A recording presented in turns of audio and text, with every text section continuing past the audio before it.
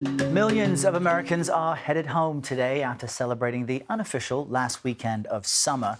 TSA expects to screen 17.4 million passengers. That's overall last Thursday through today. That makes it the busiest Labor Day weekend for airlines in 15 years. CBS News senior transportation correspondent Kris Van Cleave is among people at airports today, live in Phoenix for us with the latest on this. Kris, good morning. It seems that things were relatively smooth overall. I know there were some trouble spots. What happened and how much is that being felt for travelers today?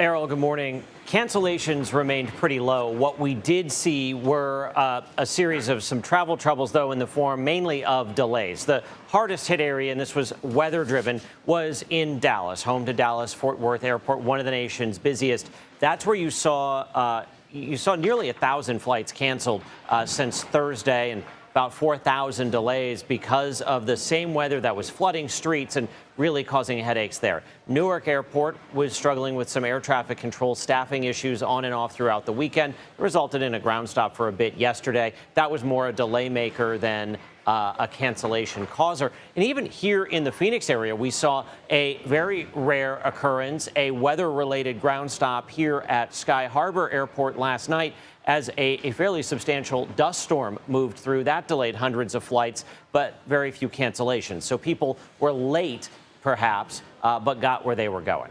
Last week, we had to report on that dust storm, and we used the word haboob. I don't remember people calling it that when I lived there, Kris. Do you? And separate from that question, looking forward, Southwest Airlines added some safety features to their planes. Tell us about that as well. Sure. I think it's the meteorological term.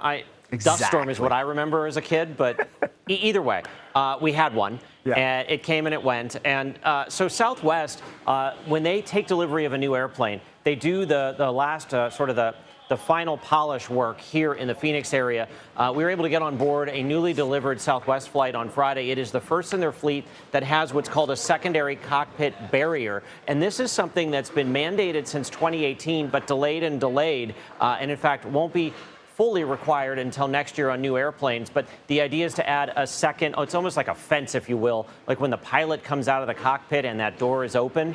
Right now, flight attendants use a cart to block the door. That's not maybe the most secure method. So this is the replacement for that, which will be a fence that will come across. Errol. Added safety features to Southwest aircraft coming soon. Kris Van Cleave with the latest. Thank you, Kris.